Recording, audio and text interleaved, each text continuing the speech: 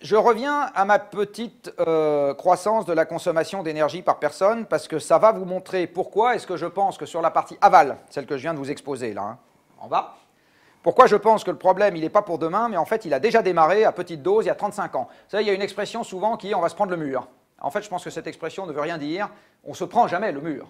On rentre de manière progressive dans un marécage qui semble de plus en plus mauvais. C'est plutôt comme ça que les choses se passent, hein.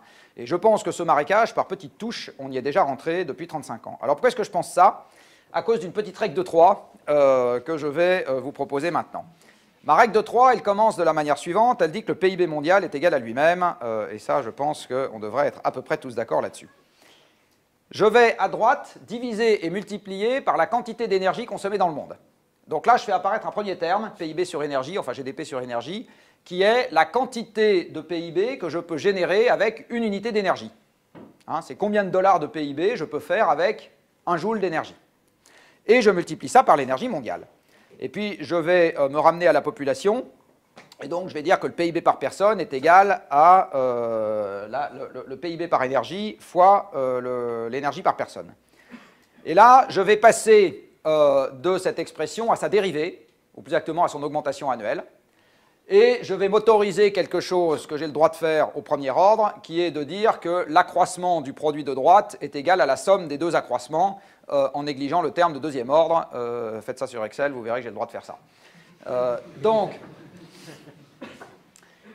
Donc ce que je dis, c'est que la croissance du PIB par personne est égale à la croissance de l'énergie par personne, plus la croissance de l'efficacité énergétique du PIB. On est d'accord? Ça, je vous l'ai montré tout à l'heure, c'était 2% par an avant 1980, en moyenne mondiale, c'est passé à 0 ensuite. Donc mécaniquement, votre PIB par personne, toutes choses égales par ailleurs, se prend 2% par an dans les dents, entre avant 1980 et après 1980. Et 1980, je vous le rappelle, c'est un moment où la croissance de la production pétrolière a brusquement perdu quelques pourcents par an.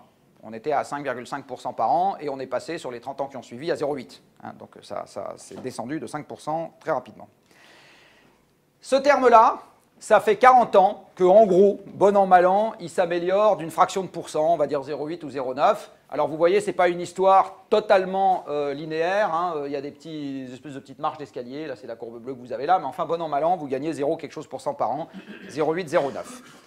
Ce qui veut dire que ce terme-là, qui était de 3% par an avant 1980 en moyenne mondiale depuis un siècle et demi, ou à peu près, il passe brusquement à 1% par an après 1980 en moyenne mondiale. Et à 1% par an, vous ne pouvez pas appliquer les recettes qui marchaient à 3% par an. Donc vous voyez apparaître le déficit budgétaire, l'endettement des ménages et des entreprises, le chômage qu'on n'arrive plus à éradiquer, et très accessoirement la financiarisation de l'économie, dont je pense qu'elle est liée à ça, parce que la meilleure manière de faire du PIB dématérialisé, c'est de faire des bulles spéculatives.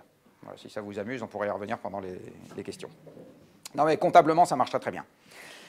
Je dis rapidement, hein, si vous doublez la valeur des mètres carrés à Paris, vous doublez la production de crédit pour vendre les mètres carrés, vous doublez les commissions d'agences immobilières quand vous vendez des mètres carrés, et tout ça rentre dans la formation du PIB.